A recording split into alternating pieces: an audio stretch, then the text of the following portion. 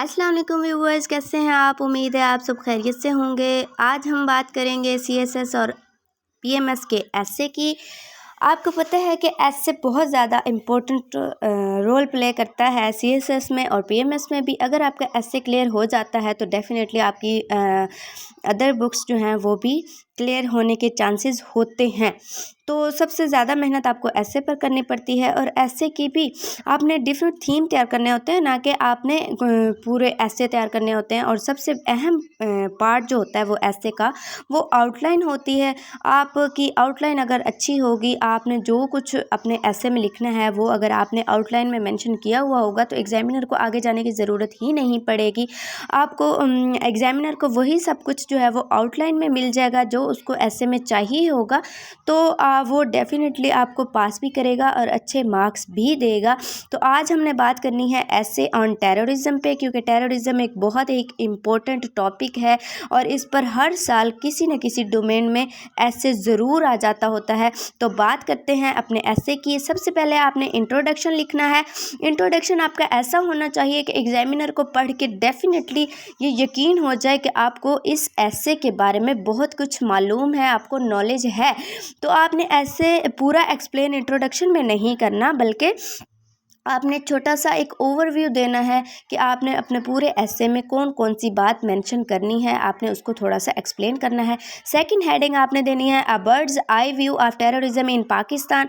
मतलब छोटा सा व्यू आपने देना है कि पाकिस्तान में टेररिज्म की क्या पोजीशन है। Currently terrorism has become a matter of great concern of the country survival.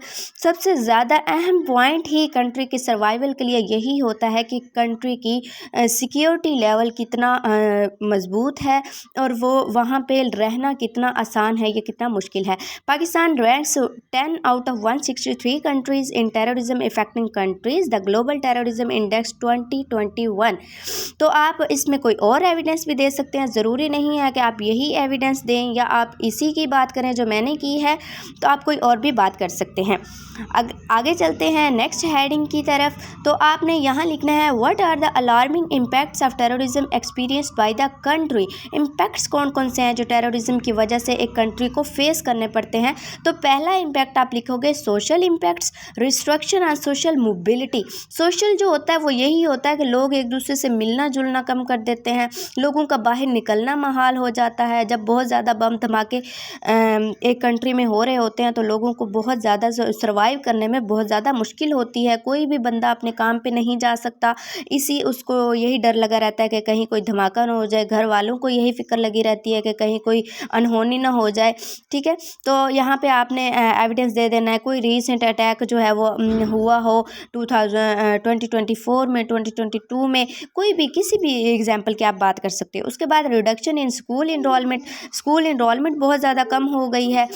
आपको पता है कि पेशावर में जो आर्मी पब्लिक स्कूल में अटैक हुआ था, तो उसके बाद जो है बहुत ज़्यादा पेरेंट्स ने स्कूल की तरफ से उनको यही हुआ था कि स्कूल इनरोलमेंट जो है वो स्कूल इनरोलमेंट की तादाद जो है वो बहुत ज़्यादा कम हो गई थी। और हाँ, आगे जो है वो हम बात करेंगे इकोनॉमिक इम्पैक्ट्स की। इकोनॉमिक इम्पैक्ट्स जो हैं वो टूरिज़्म की वजह से ये भी बहुत ज़्यादा इम्पैक्ट पड़ता है इकोनॉमी पे भी।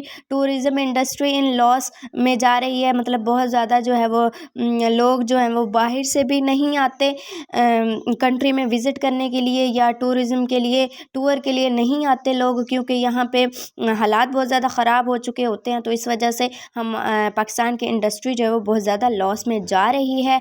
आप यहाँ पे रिपोर्ट दे सकते हो नेशनल टूरिज़्म की, कि नेशनल टूरिज़्म कितना ज़्यादा जो है वो कम हुआ है। उसके बाद declivity in foreign direct investment. Foreign direct investment में आपके सामने एग्जांपल है कि दूसरी कंट्रीज़ के लोग जो हैं वो यहाँ आके इन्वेस्टमेंट करना नहीं चाहते टेररिज्म की वजह से।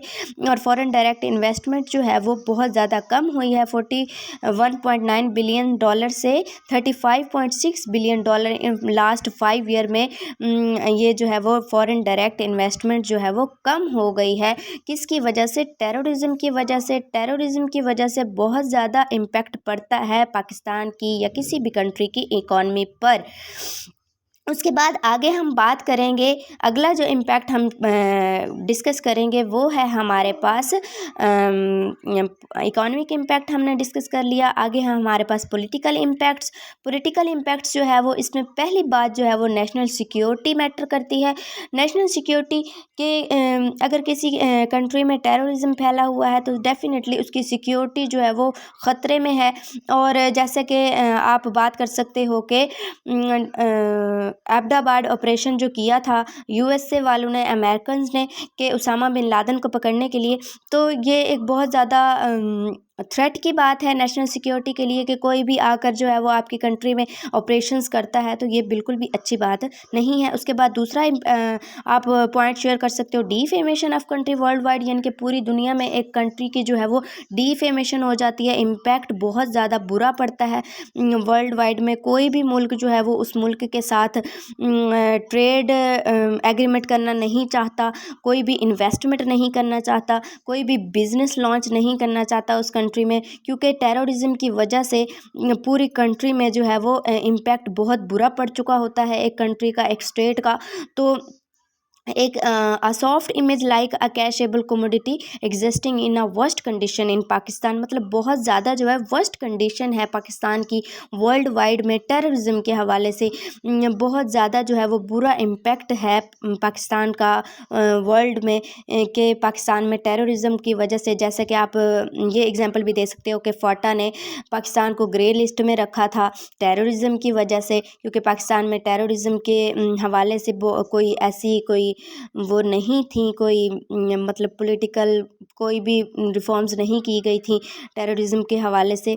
तो नेक्स्ट इसके अलावा हम बात करेंगे, अगला जो इम्पैक्ट हम शेयर करेंगे या हम डिस्कस करेंगे वो है हमारे पास रिलीजियस मैनिपुलेशन। रिलीजियस मैनिपुलेशन क्या होता है कि कंजर्वेटिव माइंडेड जो मुल्लाज होते हैं became the significant driver of the further intensified terrorism. Terrorism फैलाने में इन मुल्लाज का बहुत ज़्यादा रोल होता है, क्योंकि वो बहुत ज़्यादा जो है वो पढ़े लिखे नहीं होते, उनको ट्रेनिंग्स वगैरह नहीं दी जाती, तो वो क्या करते हैं, ब्रेन वॉशिंग करते हैं बच्चों की, और मज़हब के नाम पर जो है वो टेररिस्ट क्रिएट करते हैं। और आप इंटरनेशनल रिपोर्ट जो है वो यहाँ पे डिस्कस कर सकते हो कि 10 से 15% स्कूल जो हैं वो ग्राउंड बनते हैं, बेसिक ग्राउंड बनते हैं टेररिस्ट के लिए और मिलिट्री ग्रुप्स के लिए।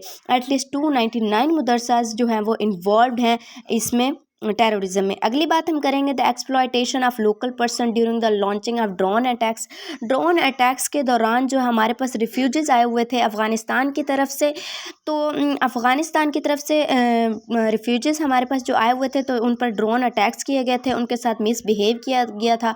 इसकी वजह से वो भी एक बहुत ज़्यादा उनका एक रोल प्ले करते हैं वो लोग जो है वो टेररिज्म में। उनमें से बहुत सारे लोग जो हैं वो टेररिज्म में टेररिस्ट बन जाते हैं इसी वजह से, क्योंकि उनके साथ मिसबिहेव किया गया था। आगे है हम जो पॉइंट शेयर करेंगे वो है हमारे पास फॉरेन इन्वॉल्वमेंट का। Foreign interference in rising the misery of terrorism in Pakistan is no more hidden, मतलब बहुत फॉरेन इन्वॉल्वमेंट जो है वो छुपी हुई नहीं है।